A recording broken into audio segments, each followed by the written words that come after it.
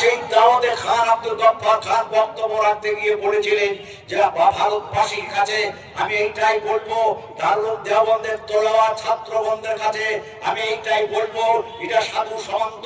এখানে শেখ উলামা বুজুর্গ পীরদের দেশ, এদেশ আপনার সম্প্রীতির দেশ, এদেশে খবরদার কখনো সম্প্রদায়িকতার কথা বলবে না, মিলেমিশে যাবে, এতে আপনার সব ধর্মের খিদমত হবে, মানুষ পাবে মানুষের সেবা, মানুষ পাবে মানুষের খিদমত। সেই সময় যখন গাদারের জামানা, যখন কেউ কাউকে বিশ্বাস করছিল না, আরের থেকে হুটহাট করে গুলি আসছিল, লাগছিল, মানুষ মরছিল অকাতরে, সেই রকম সময়ে আমি সীমান্ত গান্ধী खान अब्दुल गफ्फार खान वो पंडित जवाहरलाल नेहरू जी ने मुझे एक तो रिवॉल्वर दिया